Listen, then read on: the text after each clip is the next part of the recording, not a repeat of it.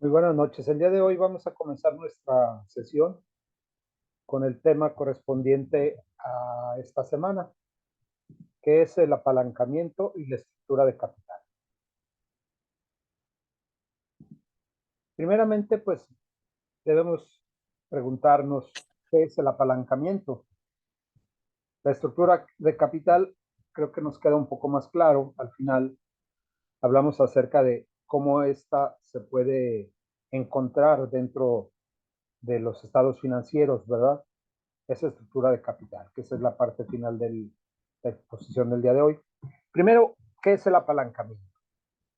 El apalancamiento se refiere a los efectos que tienen los costos fijos sobre el rendimiento que ganan los accionistas.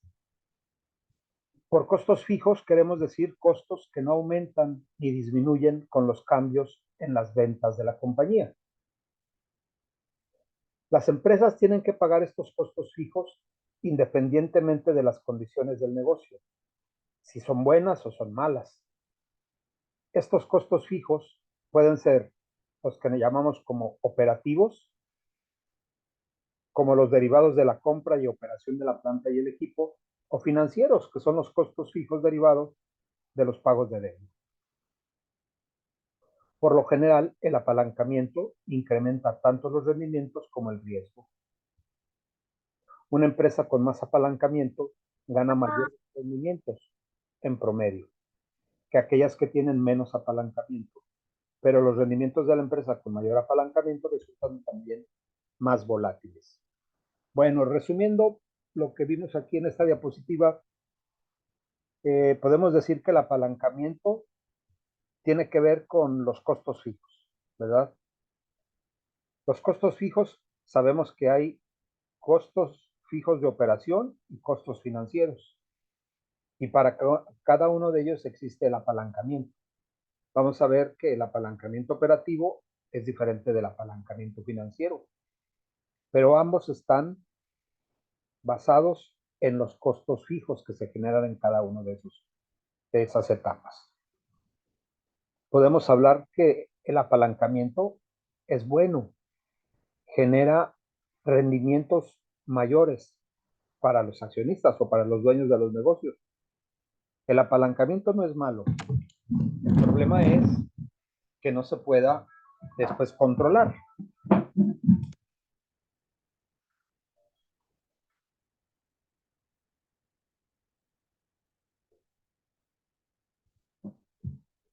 Perdón. Por eso se dice que los rendimientos de las empresas que tienen mayor apalancamiento, pues pueden resultar más volátiles, es decir, se incurre en un mayor riesgo, el no poder cubrir los compromisos de costos fijos. El apalancamiento, como vimos hace un momento, se divide en operativo y financiero. El estado de resultados general tenemos nosotros en esta diapositiva el ingreso por ventas menos el costo de los bienes vendidos, pues obtenemos la utilidad bruta, menos los gastos de operación, obtenemos la utilidad antes de intereses e impuestos. Bueno, pues de estos primeros renglones calculamos el apalancamiento operativo, puesto que aquí están los costos fijos de operación, ¿verdad? Para obtener la utilidad antes de intereses y de los impuestos. Una vez que tenemos esa utilidad, le restamos los intereses y tenemos la utilidad neta antes de impuestos, menos los impuestos, tenemos la utilidad neta después de impuestos, y después vienen los dividendos que se pagan a los accionistas preferentes. Esto nos da la ganancia disponible para los accionistas comunes. Al dividirlo entre el número de acciones, pues tenemos las ganancias por acción, ¿verdad? Estos últimos renglones de los intereses, los impuestos, los dividendos, hasta las ganancias por acción, nos ayudan a medir el apalancamiento financiero. Y la suma de ambos apalancamientos, pues es el apalancamiento total.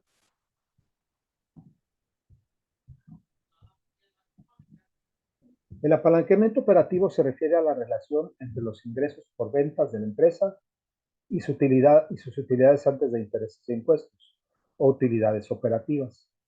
Cuando los costos de operación, como los costos de bienes vendidos y gastos operativos, son fijos en buena medida, pequeños cambios en los ingresos traerán consigo cambios mucho mayores en las utilidades, ¿verdad? Eh, el apalancamiento financiero tiene que ver con la relación entre las utilidades antes de intereses e impuestos de las empresas y sus ganancias por acción común.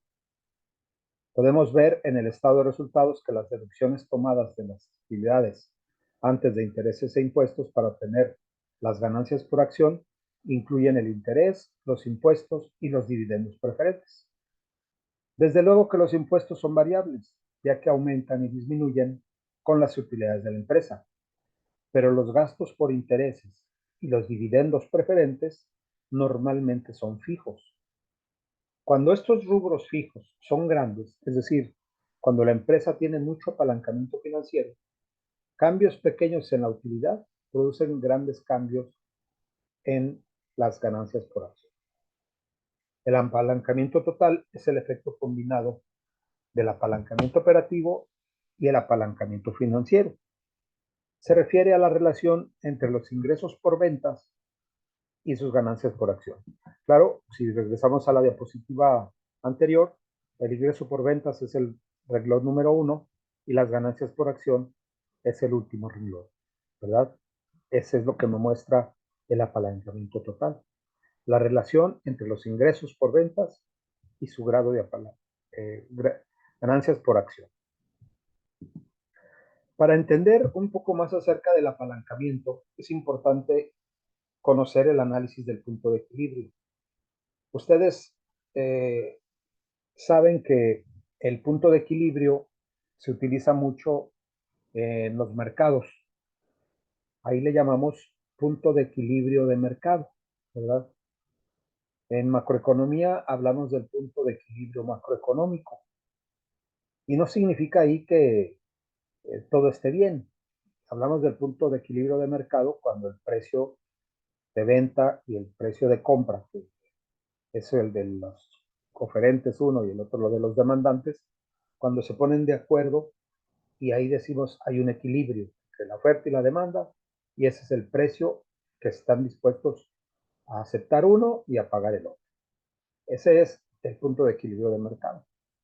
El punto de equilibrio macroeconómico pues lo encontramos cuando la oferta agregada es igual a la demanda agregada y obtenemos un nivel de PIB, un nivel de producción, el Producto Interno Bruto, a un cierto nivel de precios, que tampoco significa un punto óptimo, así como en el mercado, ¿no? Puede haber pérdidas, puede haber, puede haber desempleo, puede haber eh, desabasto, etcétera. Entonces, el punto de equilibrio en esos dos casos que les menciono, pues no significan que lo analizado esté eh, sin ganar y sin perder. En el caso, en el caso del punto de equilibrio al que hacemos referencia aquí, sí tiene que ver con eso. Es decir, el punto de equilibrio financiero, el que analizamos dentro de las empresas, pues sí me da un nivel de producción o de ventas en el cual la empresa no gana, pero tampoco pierde. Ese es el conocido como punto de equilibrio o break even o le llaman el punto de quiebre. ¿Sí? Las empresas usan el análisis del punto de equilibrio, conocido también como análisis de costo, volumen y utilidad, para varias razones. Una, determinar el nivel de operaciones que se requiere para cubrir todos los costos. Y dos, evaluar la rentabilidad relacionada con diversos niveles de ventas. El punto de equilibrio operativo de la empresa es el nivel de ventas que se requiere para cubrir todos los costos operativos.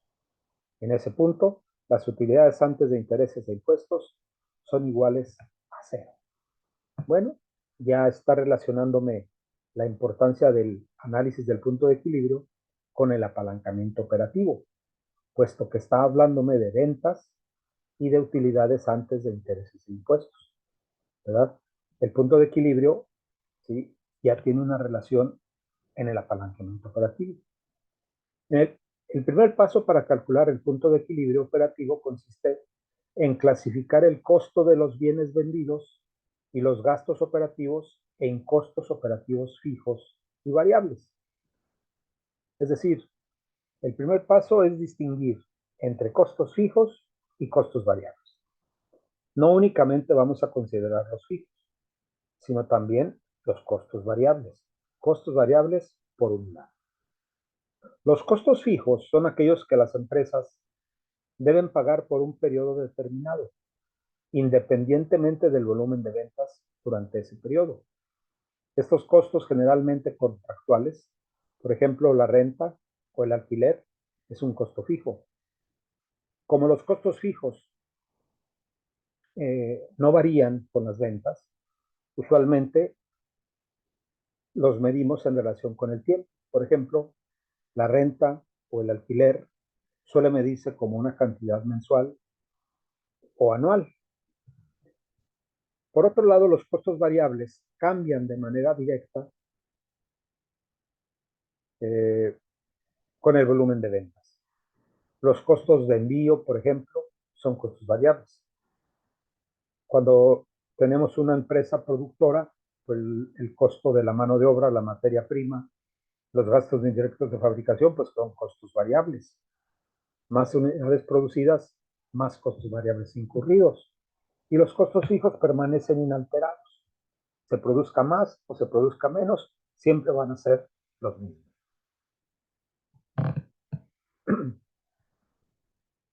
El método algebraico para determinar el punto de equilibrio, pues es muy sencillo. Primero tenemos nosotros que identificar las variables que requerimos. Primero, el precio de venta por unidad. El precio de venta del artículo que vamos a comercializar, vender o producir. Q, que va a ser la cantidad de venta en unidades. Estamos hablando de malla ciclónica, bueno, pues el precio de la malla ciclónica por metro. Y la cantidad de ventas en unidades, pues cuántos metros se pueden vender. 1000, 100, 2000, 3000, 4000, etcétera, ¿no? Es la cantidad de venta en unidades. El costo fijo son los costos operativos fijos por periodo. ¿Qué se requiere para producir malla ciclónica? Bueno, pues hay materiales como el acero o las máquinas para hacer el armado de las mallas, etcétera. Son costos operativos fijos, si es la renta del local, o son a lo mejor el internet, es un costo fijo también. Y los costos variables, pues es la cantidad de metal o de algunos otros insumos que se requieran, así como la mano de obra, la energía eléctrica, etcétera. Son costos fijos y costos variables. El,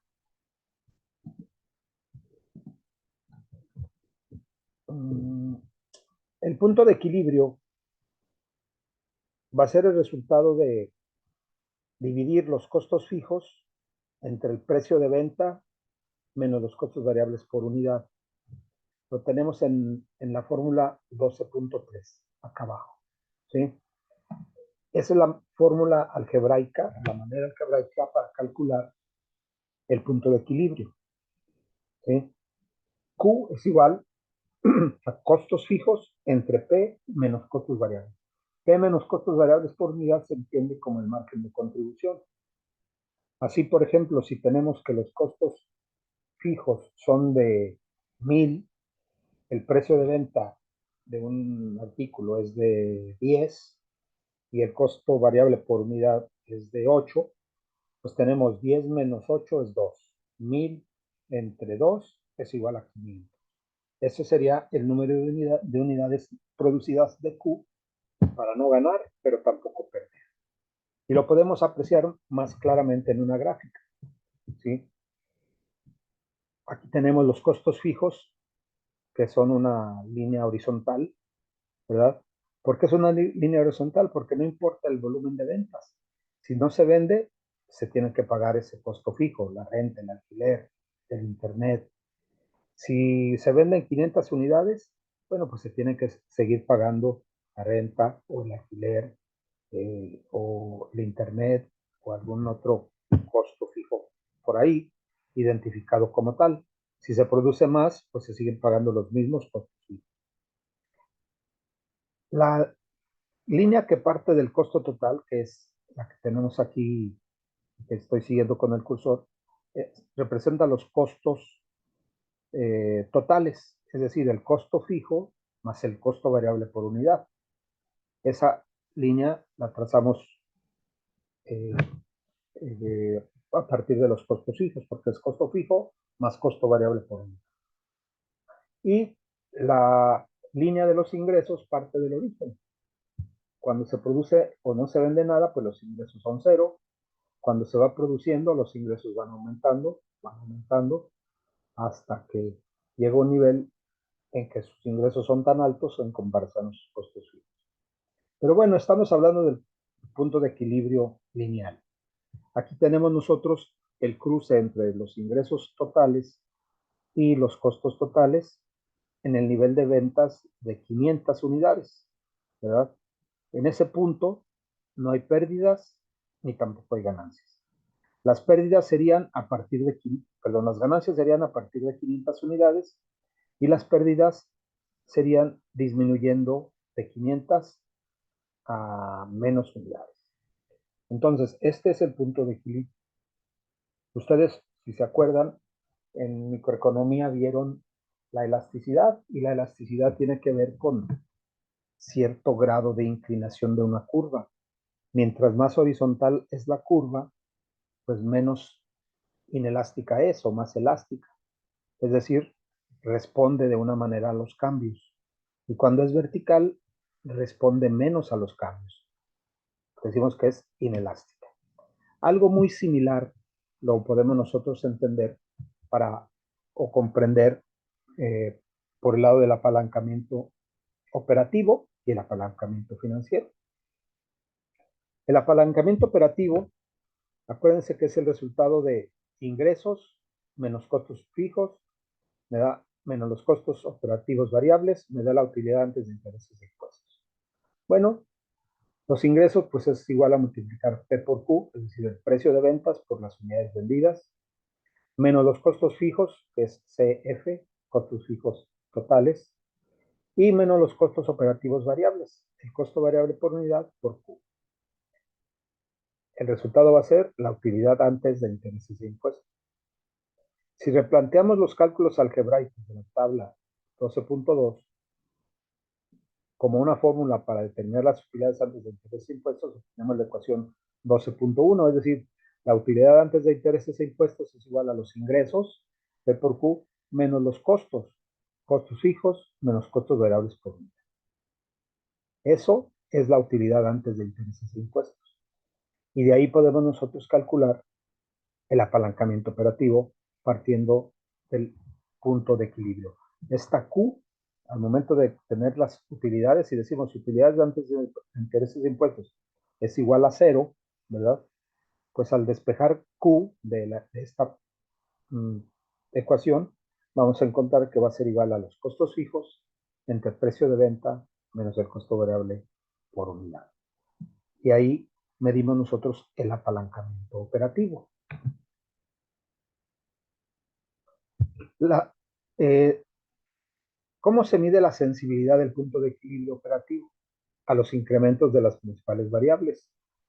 Ustedes saben que mientras más sensible es una variable a cambios, mientras más sensible es eh, la variable dependiente a cambios en la variable independiente, pues decimos que es más elástica, ¿sí? Responde más. En este caso es muy similar. ¿A qué responde más el punto de equilibrio? Responde más a los costos operativos, ¿sí? Responde al precio de venta y al costo variable por unidad. ¿De qué depende que responderá más? Pues de la inclinación de la curva, que nosotros podemos verlo con algunos ejemplos. Trazamos curvas más horizontales y otras más verticales, y vamos a ver que los cambios pues van a resultar mayores en las más horizontales. El costo operativo fijo, si se incrementa, eso trae un efecto de aumento en el punto de equilibrio. Es decir, aumentan los costos fijos, el punto de equilibrio también se va a aumentar. Imaginen los costos fijos, en lugar de que estén aquí entre 2 y 4,000, que se vayan a 4,000. Bueno, pues el costo va a subir, el punto de equilibrio va a estar adelante de los 500, ¿verdad? El precio de venta por unidad, un incremento en el precio de venta reduce, ¿sí? El efecto es menor sobre el punto de equilibrio. Hay una disminución en el punto de equilibrio. El costo variable es igual que el costo fijo. Si hay un aumento en el costo variable por unidad, hay un aumento en el efecto sobre el punto de equilibrio. Y eso lo pueden apreciar ustedes con la gráfica. Aumentan los costos variables, pues también se va en lugar de acostar, se va a hacer más vertical. Los costos fijos de operación aumentan, se trazan más arriba, y el punto de equilibrio pues va siendo menor. Por otro lado, si el precio de venta es el que crece, pues los ingresos van a aumentar en comparación a los costos, ¿verdad? ¿Cómo calculamos el apalancamiento operativo? Bueno, pues se define como el uso de los costos operativos para acrecentar los efectos de los cambios en las ventas, las utilidades antes de intereses e impuestos de la empresa. Aquí tenemos la fórmula para calcularlo. El grado de apalancamiento operativo es el cambio porcentual en las utilidades dado un cambio porcentual en las ventas. ¿Cómo podemos calcular el cambio porcentual? Pues es un cálculo muy similar al de la elasticidad, ¿verdad? Utilidades a un cierto nivel de ventas menos utilidades a otro cierto nivel de ventas entre el promedio, y luego ventas menos otro nivel de ventas sobre las ventas promedio, y obtenemos el grado de apalancamiento operativo. Simplemente para el examen o para una evaluación, pues se va a dar el cambio porcentual en las utilidades y el cambio porcentual en las ventas. Y si les doy estas dos variables, pues calculan el grado de apalancamiento operativo. ¿Sí? Lo que es importante entender aquí, el resultado que significa. Siempre que el cambio porcentual en las utilidades derivado de un cambio porcentual específico en las ventas es mayor que este último, es decir, si el numerador es mayor que el denominador, existe un apalancamiento operativo. Esto quiere decir que siempre que el grado de apalancamiento operativo es mayor que 1, existe un apalancamiento operativo. Grado de apalancamiento operativo siempre va a ser mayor a 1, lo que significa que va a haber apalancamiento operativo. ¿Sí?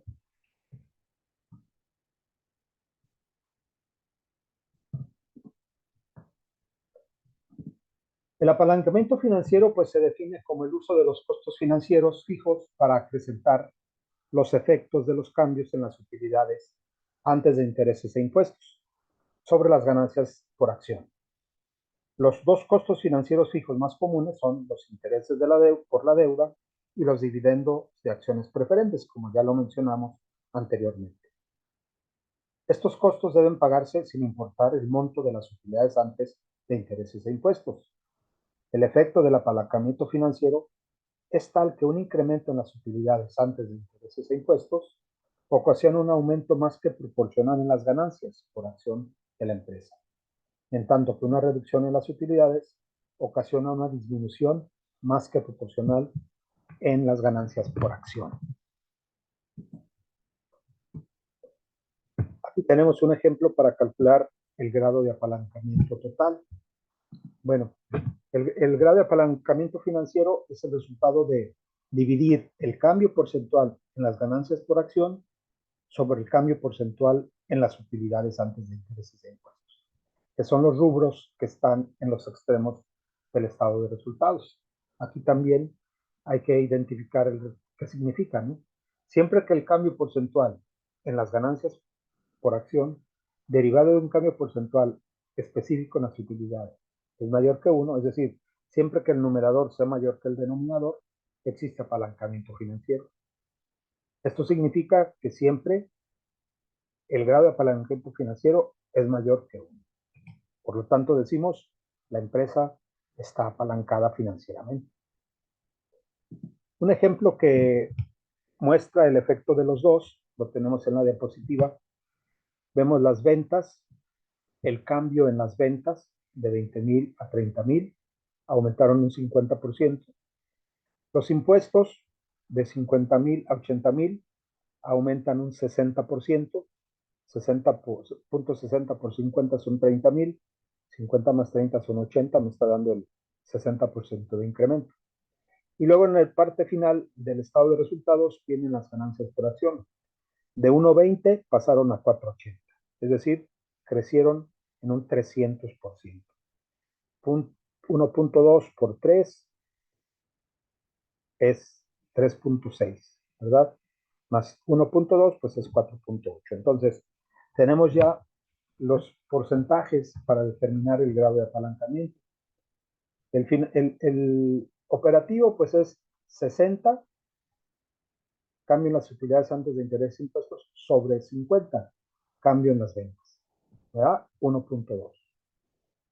Y luego el apalancamiento financiero, 300, que es el cambio en las ganancias por acción, entre 60, que es el cambio en las utilidades antes de intereses e impuestos. 300 entre 60, 5.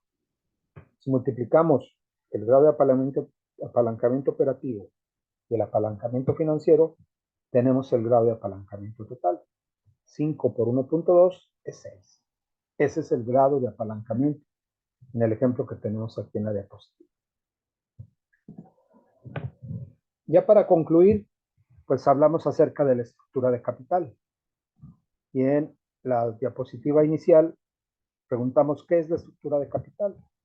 Es la mezcla de deuda a largo plazo y capital patrimonial. Puede variar significativamente su valor al modificar el rendimiento y el riesgo. Cuanto mayor es el monto de la deuda que emite una compañía, mayores son los costos del reembolso, y esos costos se deben pagar independientemente de cómo se vendan los productos de la empresa. Debido al efecto tan fuerte que tiene el apalancamiento sobre la compañía, el gerente financiero debe saber cómo medirlo y evaluarlo, en particular cuando toma decisiones de estructura de capital. Y sabemos que la estructura de capital pues aparece dentro del balance general de la siguiente manera, ¿no? Los activos por el lado izquierdo de la ecuación, y del lado derecho tenemos los pasivos y el capital contable. Los pasivos corrientes no forman parte de la estructura de capital, pero sí la deuda a largo plazo, los créditos bancarios a largo plazo. Y el patrimonio de los accionistas, acciones preferentes y el capital en acciones comunes y ganancias retenidas. La suma del capital de deuda y el capital patrimonial me da el capital total, lo que representa la estructura de capital. ¿Cómo está la estructura de capital? Pues dependiendo cuál es la distribución que se tiene con respecto a esas dos fuentes de financiamiento. Como vemos, pues el apalancamiento financiero, el apalancamiento operativo, están relacionados con la estructura de capital. El nivel de endeudamiento que es aceptable para una industria o línea de negocios puede ser muy riesgoso para otra, porque diferentes industrias y líneas de negocio tienen distintas características. No podemos hablar de un nivel de apalancamiento óptimo. Cada empresa tiene sus propias características y lo hace, por lo tanto, diferente a las demás. Y no podemos comparar que una empresa tiene un grado de apalancamiento y la otra la tiene mayor. Aunque sí se puede hacer si son empresas que están dentro del mismo giro o que son muy similares en cuanto a producción o ventas. Bien, pues ese es todo lo del tema del día de hoy. Espero haya quedado, quedado claras las ideas que tratamos de exponer y puedan resolver la actividad de esta semana. Muchas gracias. Muchas gracias a usted, profe. ¿Cómo ves, Jacqueline? ¿Todo bien? Sí, muy interesante. Todo nuevo para mí, pero es muy interesante y gracias por su explicación. Lo que les trato de dar en la presentación son las ideas principales. Ustedes ocúpense de leer en el texto y vayan tomando en cuenta los ejercicios o los puntos ahí que les menciono para que comprendan el concepto del apalancamiento y de la estructura de capital. ¿Sí? Ok, profe. Sí. Y Ándale. muchas gracias, profe. Les agradezco mucho su presencia. Pensé que nada más iba a estar Elvira, pero qué bueno, miren, ya se conectaron más. Y para los que no pudieron, pues ahorita vamos a subirla a la plataforma el video. Ok, profe. Que descansen, muy buenas noches. Gracias, profe. Buenas noches. Bueno. Buenas noches, gracias.